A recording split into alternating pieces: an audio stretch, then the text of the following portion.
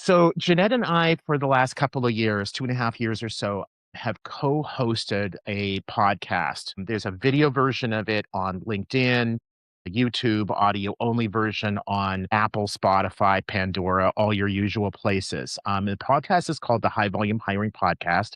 We usually publish every couple of weeks, and our guests are very often people like Rachel or other people in the industry, sometimes vendors, and everything we talk about, shockingly, is about high volume hiring. I ran across the story of 7-Eleven and a massive talent acquisition effort that it recently undertook related to a big acquisition, reached out to Rachel and basically said, I think this would be a great event for you to sort of share that story. Um, I'm sure there's going to be tons of good. There might be a little bit bad, hopefully none of the ugly. Another reason why I thought this would be really awesome to do, and I think Rachel already knows where I'm going with this, is that I grew up in a relatively small city in Canada called Winnipeg. Winnipeg is the coldest city in the world with more than 500,000 residents, and also somehow the Slurpee capital of the world. More Slurpees are Congrats. consumed per capita in Winnipeg than anywhere else. I'm not really sure what that says, but I Now did you my fair know. share. And right now, Jeanette is like, I'm kind of thirsty. So, um, what we usually do in these podcasts is Jeanette and I kind of ping pong back and forth, ask our guests questions, share our insights. Our podcasts are usually roughly 14, 15 minutes. Fortunately, we've got longer for this so we can really dig in. But Jeanette, I will turn the baton over to you. Like Jim said, you're the one who does most of the work. So if it works for you, you can kick it off. I love it. Well, awesome. Well, as Jim said, I'm Jeanette Leeds, CEO of College Recruiter. So I do all of the work and just make Steven look good. I think a lot of you, also know me. I've been in the, TA tech space as a practitioner, on the vendor side, on the RPO side for like more than a minute. So I also advise a number of HR tech companies. But I've always really been in the high volume campus recruiting space. So I was really excited when Rachel said yes to being on this special high volume hiring podcast episode as part of this conference. I will also say I do have another tie like Steven does to 7-Eleven. My son's birthday is 7-Eleven. Well, that's awesome. Oh. So he gets a free Slurpee every year on his birthday. Does. We'd like to So celebrate him. And my daughter, who Jeanette knows well, Mm. was born 7 pounds 11 ounces. That's amazing. I was so close. My middle, which I had while I was at 7-Eleven, was born at 7'12" and weighed 710 pounds. so you All were around it. right. Close Yeah. enough. Close enough. You guys are all saying that. The funny thing is my daughter, who's younger than my son, when she was born, she was 7'11". Like some that's Love like it. I don't know. So this was like all meant to be. For those who haven't met me in person, I'm 4'10", so I'm really short, but I grow my kids big.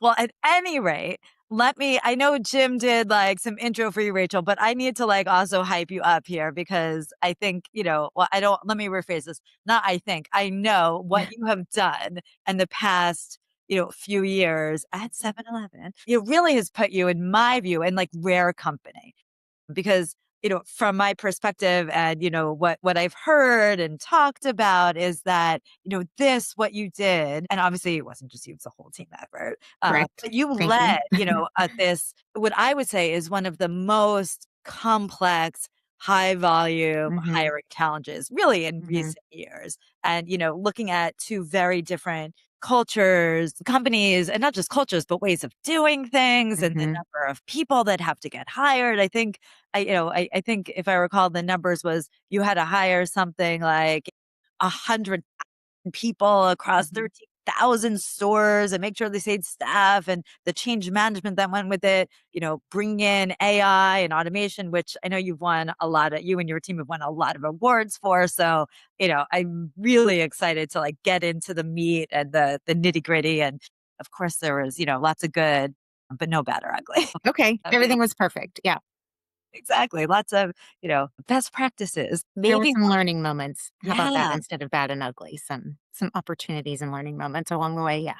exactly. So maybe we start off with like an easy question. It's like, how did this all begin? Yeah. Like let's start from like day one, start. Okay. Yeah. Great question. So I'm actually a boomerang. This is my second stint here at 7-Eleven. And I came back at the end of 2021. When I came back, the acquisition of a convenience store company called Speedway had just happened. So when I entered the picture, there were the typical complexities that we were facing around that time in hiring of high volume. But add on top of that for us, we had two different brands, two different tech stacks, two different hiring models, two different operating models. And what I mean by all of that is on the legacy 7-Eleven side, they had been primarily franchised.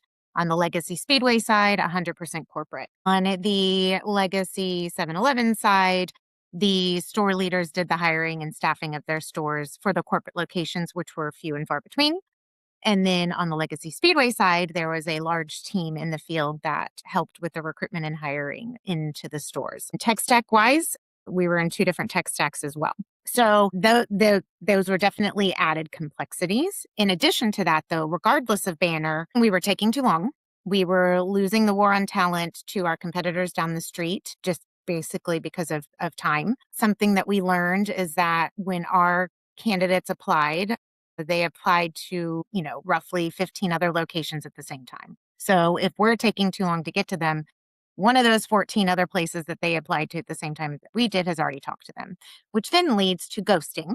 Because by the time we do connect, they either have found something else and no show in the conversation or even no show in the first day of work. Regardless of banner, we were seeing some similar concerns. But then to address those concerns were those complexities that I mentioned of two different banners, two different hiring models, two different operating models, two different tech stacks, right? I mean, I don't know if you can get more different than that. It's Yeah. like decentralized versus central. I mean, it's just night and day. It's Very different. Yeah. Yeah. And at first, we went down the path of we knew we needed support, we needed help. So we went down the path of mimicking more of the legacy Speedway way of recruitment and hiring and added 100 additional contractors on that could help support on the 7-Eleven side. But let me also, you mentioned some numbers. You are correct. We do over 100,000 hires a year. In 2021, it was more like 130, 140,000.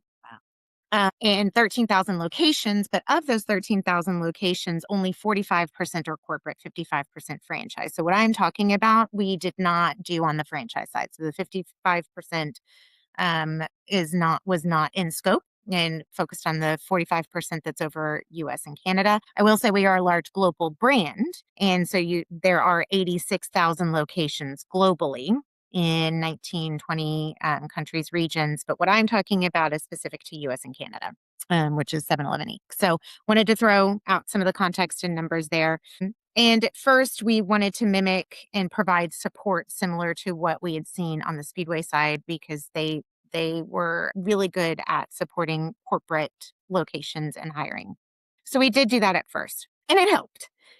It did help, but it did not help enough, if that makes sense. We were still not necessarily winning the war on talent. We still weren't fast enough, even with the added resources. And quite honestly, a business decision came first. Our COO made the decision to hold our store leaders accountable to labor optimization. Included in labor optimization is the hiring and staffing of their stores. So that business decision was made before we had any idea of a technology that could support that business decision. So overnight, the resources that we had supporting the recruitment for the store level overnight vanished. That role did not exist. And I want to call out that we did not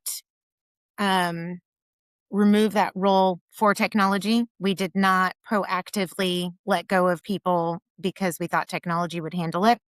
It was very much a strategic decision on the way we wanted to run the business. And we knew what problems we were trying to solve for up front. And we weren't just trying to shove technology down. We didn't even have technology identified yet to support this. I think that's really important to call out. And overnight, those resources were gone. Excuse me.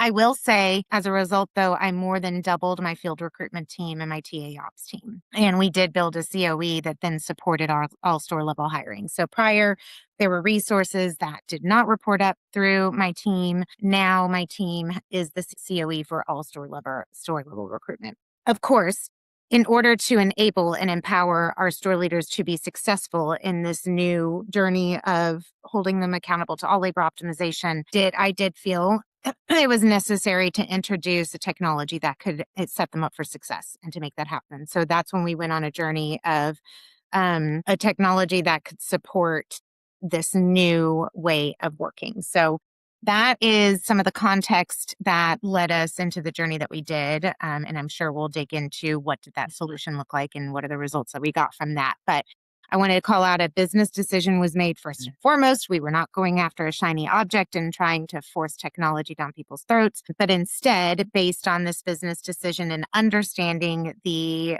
issues and concerns we were solving for, we then looked into AI and technology as a channel or a way to support and empower our store leaders to be successful in this new model. I love that. And that, in my view, is probably one of the main reasons you were so successful.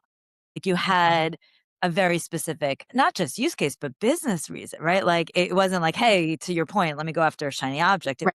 This is what we're trying to achieve. Mhm. And now let's figure out how to do that in Correct. a really smart way. Not every organization goes down that path. So for everyone listening, write that down. That's like really key. Okay, Stephen, let me ask you a question because I feel like I'm like extra chatty today. So I'm going to let you ask a question.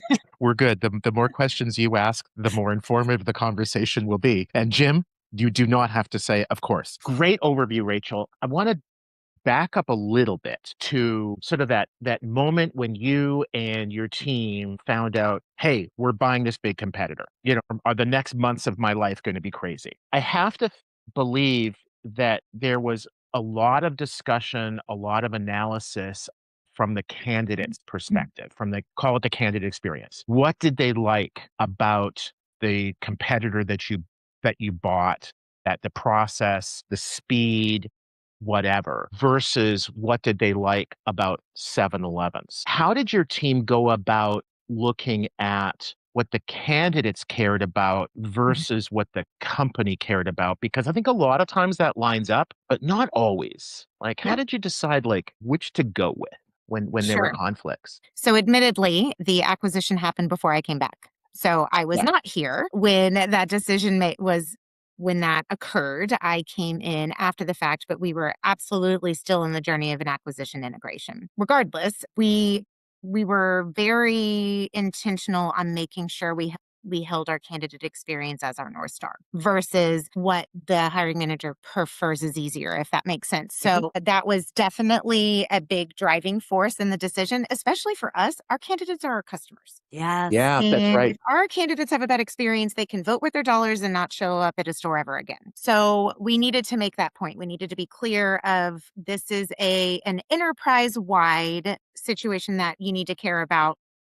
And we need to prioritize our candidate experience as our North Star. Oh, hey, because they're our customers. And that really did, that spoke the language of operations. That's a traffic driver. That's bottom line revenue. We were able to speak in the language that made sense to both our CFO and our COO, and making sure that we kept the candidate experience top of mind. And we do have a candidate feedback listening tool that we do use so that we could capture, what is it that the candidates like throughout the experience. That being said, that was very difficult to capture in where we were in the tech stack at the time, because majority of solutions are not made for high volume.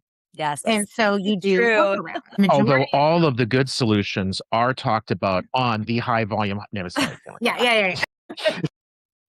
And I get it. I understand why. So we've put Band-Aids, historically, which usually meant evergreens. So you just left them on Yep. all the time. When you leave something in all the time, it is difficult to tell a story with data, because it is difficult to get true transparency on what's really going on in something when it's just always on. And it's just actually a lot of noise. We had to do some focus groups and make some assumptions by, what a candidate would want to see. And we did do some focus groups of understanding that. But it was, I'm going to be transparent. It was difficult to tell a story with the data we had at the time. To put that, there was also the two different tech stacks that we're getting the data out of. So we did do what we could in listening to what our candidates wanted. But regardless of having the best data or not, we still were very intentional of our North Star is our candidate experience. Our candidate is our customers. This impacts our revenue. Bottom line, period. So we built the solution that we did and partnered with ops in the way that we did through the lens of what the experience would be for our candidates, and taking into consideration candidates are not all created equal. The experience that someone applying at a store level, maybe at 2 a.m, there are different expectations of that candidate than the one applying maybe for a project manager role and expecting to talk to someone in normal business hours. So we also had to have different personas. We couldn't just apply a one size fits all for what we wanted the candidate experience to be. And we adjusted the candidate experience for our high volume side specific to the candidates we would interface with in the high volume side. I'm really glad that you mentioned that 2 a.m. thing, because I've heard that from other organizations that are somewhat like you, basically 24/7, Mhm. kinds of organizations. And I remember somebody at some point saying something to me like to the effect of like, well, if a candidate's going to apply at 2 a.m, Mhm. they don't expect anybody to be getting back to them for, a day or two or They do when it's a whatever. 24/7 operation there. Correct. If the candidate is gonna be looking for, like, a midnight to 8 a.m. shift and nobody is able or willing to communicate with them at 2 in the morning, you just lost a candidate. It's a Jeanette. unique issue that we have or challenge that we have that not everybody else does. Yeah. Yeah. Absolutely. Absolutely. Okay. So let's get into our friend Rita. Yeah. Tell us about Rita. Who is Rita? And I think also thinking about, what you said when under this evaluation process of like, okay, here's our new business model. Yep. Now, how do we actually make it work? So Yep. how did you go from, okay, this is going to be the product. How do we make it work? We need technology to, Mhm. I don't want to give it away, but like Rita, the recruiting assistant. And I Yeah. think now what them is handling like 95% of the hiring process. And then I'm also really curious for you to share like about like the evaluation and the build out. Like, let's get into Mhm. like, the nitty gritty. So I feel Yeah. like I just asked you 10 questions. No, but we'll go through all of it. And if I miss any of it, just let me know. I will.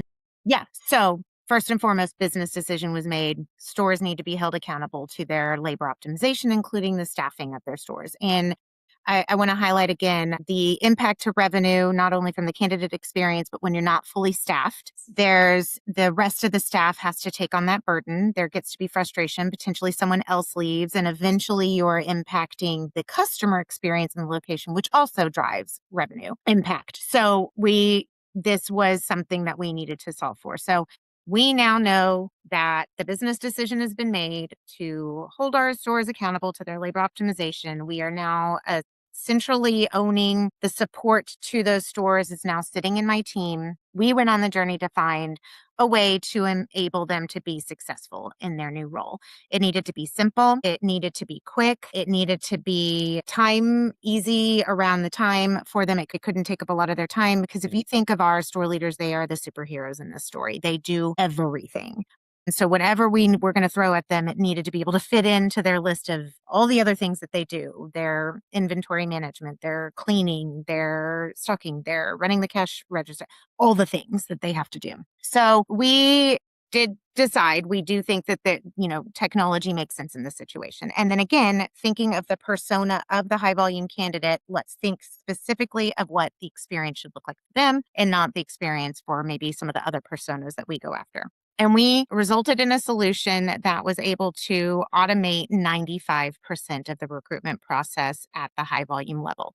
I want to comment, I would not copy paste that solution outside of the high volume. but it did work in the high volume space, and our candidates told us so, and our store leaders told us so. So from a talent acquisition perspective, our customers, which are the candidates and our store leaders, both told us this is what they wanted in their solution. But I would not copy paste outside of the high volume for us. But what we introduced was a recruiting assistant.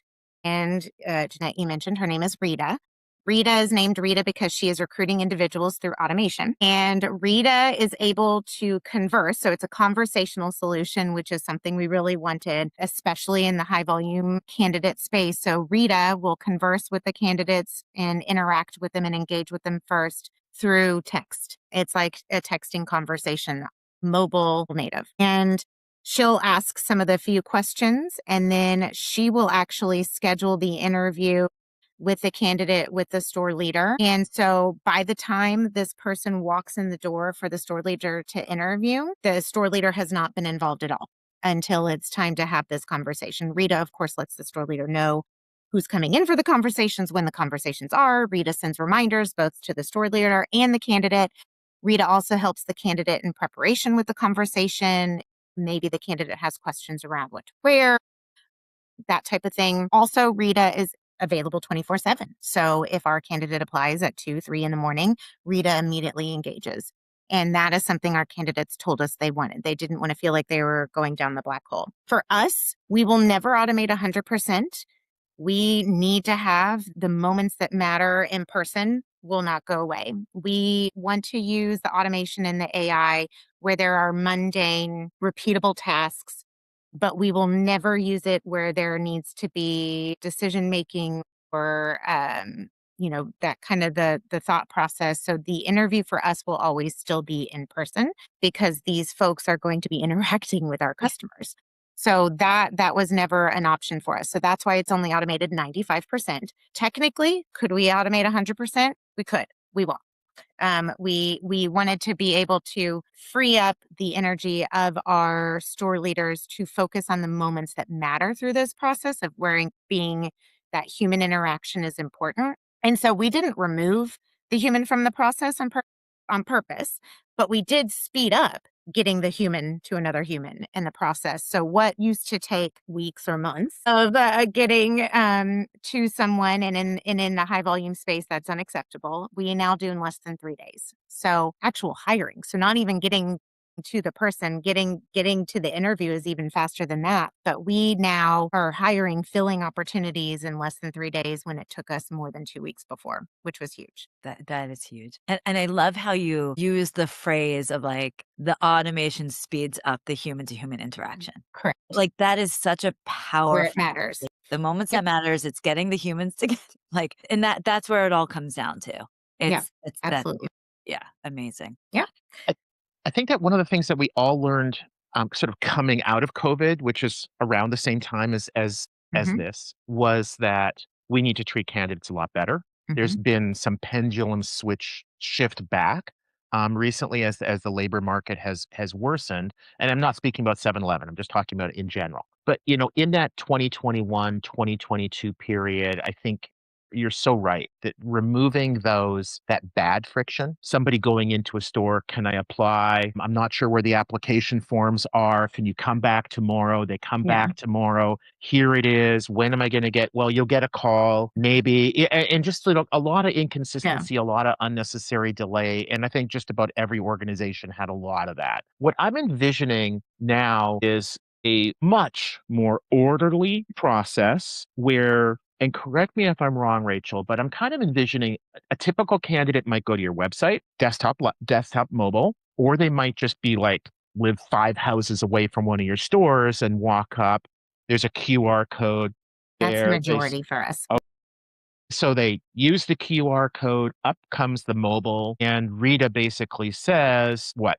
Thanks for your interest in working for 7-Eleven. What kind of a position is it? And is it very interactive like that, or is it a more typical ATS kind of a process? Give us all of your data, including uploading a resume through a device where you don't have a resume stored on Right. it. Talk with us about, from the candidate experience, how that looks and feels now. Yeah. So you're right. We removed the negative friction that we didn't want. I think you can strategically add in intentional friction that has a good experience, but we removed the friction that was just time wasters, quite honestly. And we don't require a resume at that level. We rather grab the information through conversation through Rita. Behind the scenes, Rita is filling in the data points, but it feels like a conversation. So the experience doesn't feel like you're filling out a data form. It feels like you're having a conversation. We ultimately, need to get a submission and opting in type of the thing. So Rita does direct the candidates ultimately to apply, but the information's already been gathered through the conversation. So it is a very conversational experience. A lot of our candidates and a lot of our store leaders think Rita's a real person. They've actually asked to meet Rita, and they I say love Rita's that. quite lovely and they think she's the best. Yeah, that's been fun. So it's working. It is giving a very human experience that is actually feels much more human than when a recruiter was directing someone to fill out an application in a form. So it actually feels more of that type of experience than when we actually did have humans kind of helping walk them through the process, which is interesting. And just to clarify, if I'm a candidate and I choose to engage with Rita, I suspect that you are disclosing, right? That I'm an automated, but by the end of the conversation, You've 5 minutes, forgotten. 10 minutes, Uh-huh. whatever, it just feels so Mhm. natural that Correct. it feels like you're texting with a friend, a kind of Yep. thing. Yeah.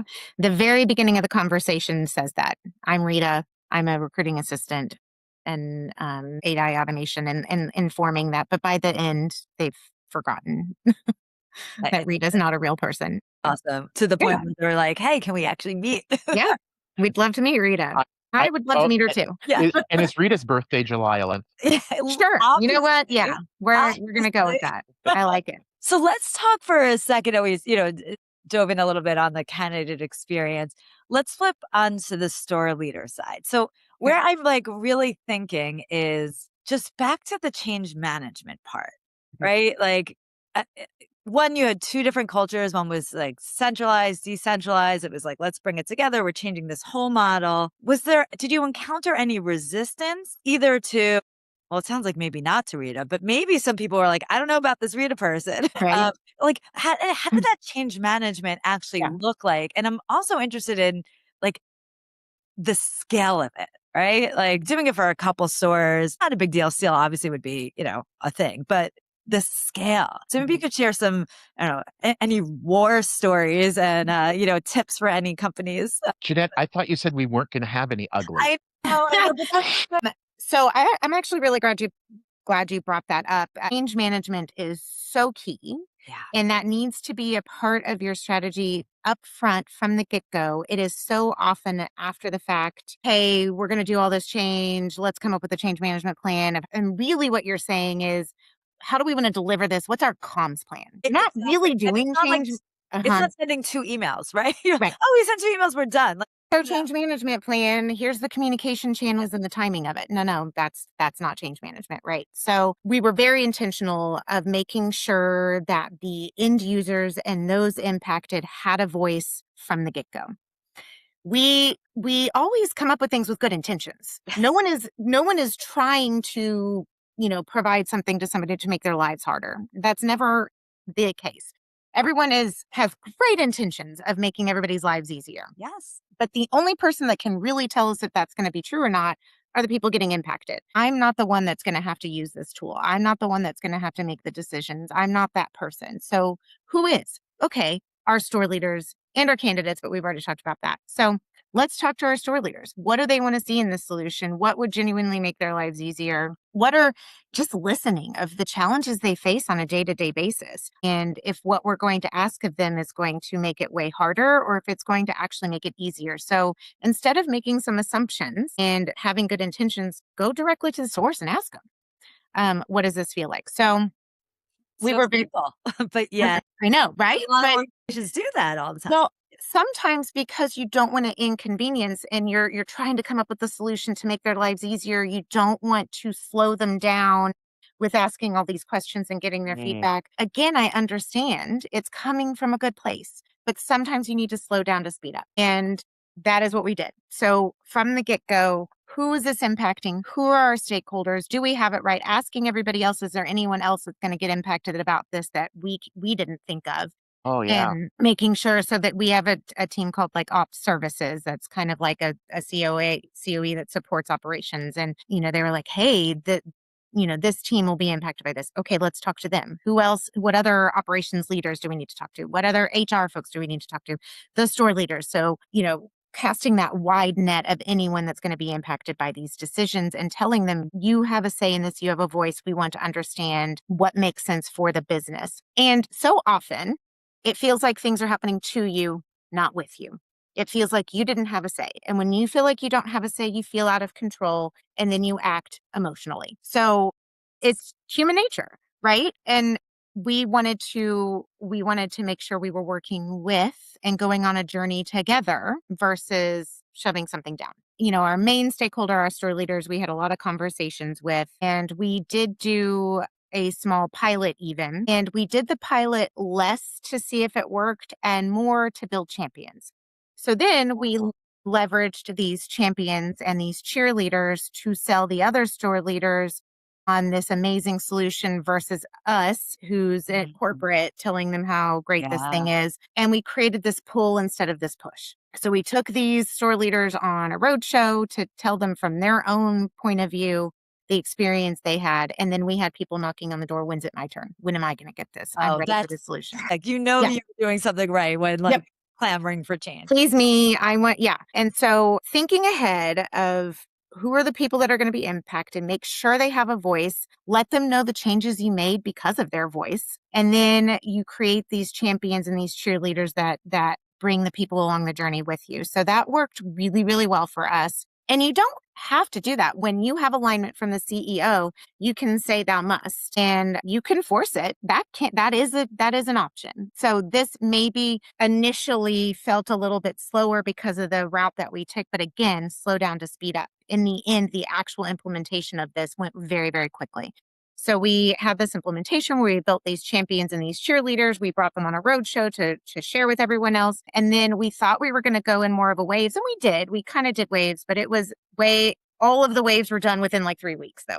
Oh, wow. Very quickly. In Canada. I will say scope-wise went from... That's like 3.5 weeks in Celsius, isn't it? Right, the translation. So we were, thousands of locations, I'd say 5,000 to 6,000 locations within a few weeks. So, and we had, in addition to the change management of, along the journey, we also had a very strong strategy around our hypercare. So we didn't want to go live and then say, hope everything works out, see you later, especially since we are now the COE supporting this. So we built out a very large hotline team that was dedicated and had their own phone number and dedicated purely to hiring questions for the stores. So we have other resources for our stores that can call in about tons of questions, but you press 1 for this, press 2 for that, and they're used to that in what their day-to-day is. That's built in. They know how to work it. That's great. We were very intentional of carving this out separately since this was so new and so big to helping them be successful. So we built out this large hotline team with a separate number that was specific to hiring questions. And on the day that we went live with the first wave, everybody's anxiously waiting. And you know how these implementations usually go, you start hearing everything. We heard nothing. Cricket. Wow. Is this the best of news or is this the worst of news? And so we had to have the hotline call into the stores. And the stores were like, this is great. Yeah, we're doing fine. Thanks. Go away. I'm too busy hiring. That's the first time I think I've ever experienced that in a large implementation of something of this size. So it was pretty, I will say, okay, we did have a moment of pivot. I do want to talk about that based on the listening to those impacted. I had something called an in-store experience. So we all have to work in a store. So I had to go work in a store. I get to work in a store. I get to work in a store. I like framing. And it really is a great experience. Yeah. It really does ground you in, all these wonderful ideas that you have. What does that really look like in real life? So I'm so excited. I told my store leader, great news. This awesome tool is coming. You're going to love it. And my experience was like in February or March, and we were going to go live in April. And March or April. And that was on purpose because we have something called the 100 Days of Summer. That's our seasonal hiring. So in theory, let's have this go live before the 100 Days of Summer, and it's going to be so great. That store leader said, please no, not one thing right before the 100 Days of Summer. Everybody packs everything in right before. Oh, And okay, good point. Went back to the COO and said, this is the feedback I got in my in-store experience. We have a project timeline and we will be late if we, change this. We're supposed to go live by this certain date. And I, fail hitting those deadlines if we Yeah. move this. But I think the right thing for the business is to move this to October. We did some more focus groups, tapped into folks saying, timing wise, we asked about what you want and what you need in the solution. Now let's talk timing. And it was agreed, yeah, let's delay it. So we purposely delayed and purposely missed a deadline because of the feedback that we got directly from those impacted and moved the rollout to October. So you make decisions based on the information you have at the time. But as you get more time, you need to adjust, put your enterprise hat on and what's best for the business. And instead of arbitrary deadlines, what makes sense as new information is gathered. And I think that's also something I would highlight as really important in a big implementation. Yeah. and Rachel, that sounds also just very consistent with what you were saying earlier about sometimes you have to go slower to go faster. If the rollout had stayed on schedule and been fast, and crashed and burned, Right. that wouldn't have helped anybody. I'm just sort of Right. picturing the inside of a store at like the 20th of April or whatever it might be, and they're changing the end caps and updating the Right. signage and all of that. And Right. it's like we're too busy selling stuff to Mhm. be like trying to figure out this technology that maybe it's going to make my like a heck of a lot easier right away, but I don't know that until Correct. I've actually started using it, and by that time it's too late. So I know we have just like a handful of minutes left, and we've got a few really good questions. Ooh. Jeanette, are you okay if I kinda, like, So pick them off and then go for you it. can take us home? The first question is, will 7-Eleven ever go the route of Amazon Go stores? So for those who don't know, those are the stores that you can basically walk into, you pick an item off the shelf, you walk out, and you don't actually ever, like, go to a cash register. Amazon just sort of bills it to your account. What says 7-Eleven? Great question, and I don't fully know the answer on that. It obviously Good. to be explored. I will say, timing wise, we were ahead of the curve when it came to delivery. So we implemented the delivery right before COVID. So we were able to deliver during COVID, and we have, created some self-checkout options, a couple of different solutions in that. I'm sure something will be explored as far as, I think you said Go, where you can go in and not have to, you can walk in and it reads you from the app and you walk out. There was also, the exploration of kind of a ghost kitchen where during COVID, there were some locations to be used as logistically delivery locations Mm. and not an actual, store. So did leverage that when we needed to during COVID as well. So I don't feel informed enough to even hypothesize around the direction on that. Cool. So the answer is Tuesday. I'm just kidding. Um, Right? Yeah. so another one, and I'll ask the question. If you're not able to share, tell me too bad. But Debbie wanted to know, and let me broaden this also to just kind of like all the vendors that you were using for the planning, the tech, et cetera. But I think she was zeroing in mostly on the tech platform that you're using for Rita. Did you Mm, build it? Are okay. you licensing it? If you're licensing from who, who are your vendors? Yeah, great question. So Rita is actually through technology called Paradox. Paradox was recently acquired by Workday, but when we went through this, it was not. So, and then I will say one of the tech stacks that we had prior to leveraging Paradox was iSense to Oracle. And then on the other side was Workday. So we put Paradox on the front end experience being powered by two totally different ways behind the scenes.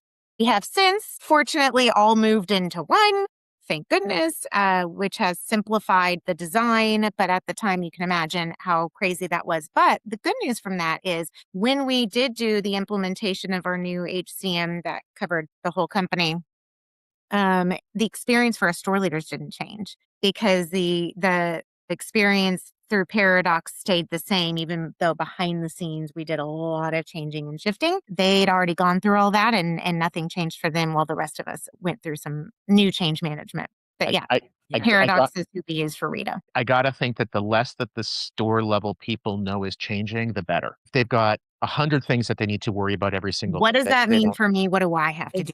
Bottom line. Oh, Right. heck yes. Yeah. And Morgan I'm also wanted just to. thinking, which is side note, is like your data now, just thinking about the beginning. Oh my goodness. Right? Like what a mess. Night and day different. We can make data-driven decisions. The part that we didn't anticipate, which was a happy surprise, is we were able to save quite a bit in our recruiting marketing dollars. And we didn't think about that. But we were, prior to this, having to do blanket campaigns and nationwide campaigns. With the data that I now have, I can make a decision store specific for recruitment marketing dollars, and be very intentional and strategic of where we put those dollars versus peanut butter spread across the nation. So that was a happy accident. Yeah. Yeah, we see that from more and more of our customers where basically the same posting in 2,000 locations, but at any given time, it might be these 200. A month later, it might be that 100, and it's very much driven by that local need. It's so much better for everybody up and down the food chain. What candidate wants to apply to a job that isn't That available? isn't really there. Correct. Yeah. And then, but if they see that posting 3 months later or a year later, and then they apply, now you've got a happy candidate, somebody who's likely to stay with you. And I will say experience for our stores, I forgot to mention this, that no longer do you have to open a rec, post a rec, take it down, any of that. It is, we own the management of what the requisitions, I guess. Centrally, the store experience is literally a toggle. So they click a button and then it's posted and people start showing up. When they hire someone, that button gets clicked off. We will watch too. We do pull reports and watch daily to see if something's been toggled on for longer than we think it should be, and call in to say, hey, do you mean to have this? Because we need to make sure that we're, to your point, there really is legitimately a need. Otherwise, people are going to show up at your store where you don't really need them. So we watch it on the back end too. If it's been toggled on for more than a couple of weeks, where we start asking questions. But the experience is super simple for them. We manage all of the administrative stuff behind the scenes for them. I had one more, and then Jeanette, do you want to? You good with the last one? So the last one that I had is not about recruitment; it's about retention. Now that you've got some data, what impact are you seeing on the retention store level employees? Great question. So some of the wins that we had through this is we saved our store leaders 40,000 hours a week, more than 2 million hours a year. Store leaders each work 40,000 hours a week. Your overtime must be crazy. That is across all of them. Okay. Thousands of store leaders. And we also were able to obviously speed up the process. So we get folks hired in very quickly. What we didn't really realize is how much that would impact quality. So by getting to the candidates first, we're getting to the best first. They're not getting picked up by our competitors down the street. By improving the quality of the hire, we improved retention. When we initially were solving for speed, by solving for speed, we solved for cutting down on recruitment marketing dollars, and we solved for quality, which solved for retention, which is pretty crazy. I mentioned, when we were going live with this, we were doing about 130,000 plus hires. This past year, it was only like 100,000. And that speaks to the retention. The number of positions we have didn't change. So this was an adjacent challenge that we were wanting to solve for in other means that really helped. Now, I will say a big chunk of the ownership around retention and stickiness really is our store leaders. Outside of high volume, any of the hiring managers really need to be held accountable to quality of hire, because really it's often the experience they have in onboarding and training. And did we fully equip this person to be successful in role?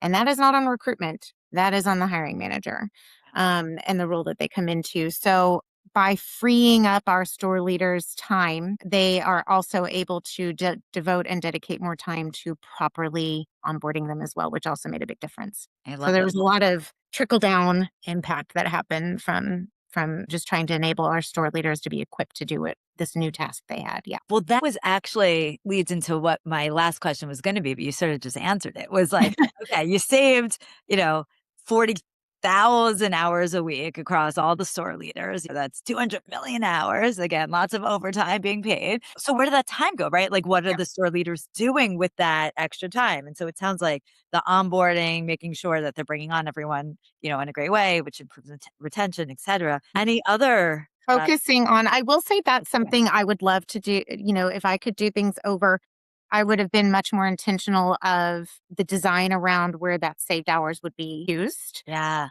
But regardless, it's being used in good ways. So part of it is being able to focus more on the onboarding aspect of it, but just the day-to-day operations and where the being able to serve our customers in the way that we should. So, the hours that they were spending on recruitment was a lot of administrative stuff. And our candidates were falling into that black hole. And so now our store leaders can focus on providing the right customer experience. And then we've also enabled them to provide a better candidate experience. So all in all, a much better use of time than, the administrative tasks and burdens that originally were in the recruitment process for them. I have been enjoying this conversation, and I'm going to date myself. I'm looking at the screen and I got like this Brady Bunch feel. Cause it was like 3 of you outside and one person here. That was cool. We're almost out of time, but I want to pitch one more question cause I can. So, is it true that the better the brand, the cheaper the recruitment marketing budget? I like that question. It's true. Inquiry minds want to know. So I don't think so, but here's where I'm going to go with that. So yes, a larger brand is well known, but sometimes that creates a challenge of overcoming what your brand is to be what your aspirational aspect of it is. So in the example of 7-Eleven, if you want to overcome being the place for smokes and cokes, a lot of dollars need to go into rethinking what are putting dollars behind the experience that the employee has and a focus on employer branding and EVP. So yes, we are a very large consumer brand, but if we were to solely ride on, hey, come work for us, we sell Slurpees, we are not setting the right expectations. And you are for me. It can work. Does it help us get our foot in the door in some cases? Sure. And we definitely leverage our consumer brand in a lot of ways, but we have to spend our dollars differently because of the brand that we do have is not exactly the expectation we want to set as what it's like to be an employee here. Versus the company that I was at before coming back to 7-Eleven is not a well-known brand to a consumer because they're not directly working with candidates. And we put a lot of dollars behind just having visibility and awareness around who we were. So I don't know that the dollars are less. The dollars are spent differently. What I will say is we are spending less now, though, because like I said, we can be very strategic in where we put the dollars versus having to do a blanket campaign. No, it could be a lot cheaper if you have this most amazing brand that you don't want to adjust, that the consumer brand exactly matches, 100% what the employee experience is going to be. Yeah, you could probably save some dollars there, but we are trying to be very intentional of setting expectations around what it means to actually be an employee here and the impact you have to a community. Everybody has a nostalgic memory of what 7-Eleven is. Yeah, me included. That's what we want to be driving is the community impact we have, how we give back to the community, the way that we make a big difference because people want to have meaningful purpose behind what they do. So just where we're putting our dollars looks a little bit differently maybe than another company that doesn't already have that. Yeah, you don't see too many 7-Elevens here in Atlanta, if at all. No, but you have Speedway. Yeah. Okay. So in your Speedway, you'll find Slurpees. That's amazing. Okay. You can get your big bike on your Slurpee in Atlanta, New York. Cool. I think as I pointed out in the chat, you can check it out. 7-Eleven would be a good spot for a sitcom, which could be a great recruiting tool. Just throwing it out there. I will work for Slurpees. All right. Thank you for your time. We're going to break here for just a moment. I want to encourage everyone to go over to the networking tab and continue networking with one another. You never know who you might meet. And then we'll be back here with even more great content in about 5 minutes, give or take. I know Jeanette has to work. She works a lot. Even to do his hair from there.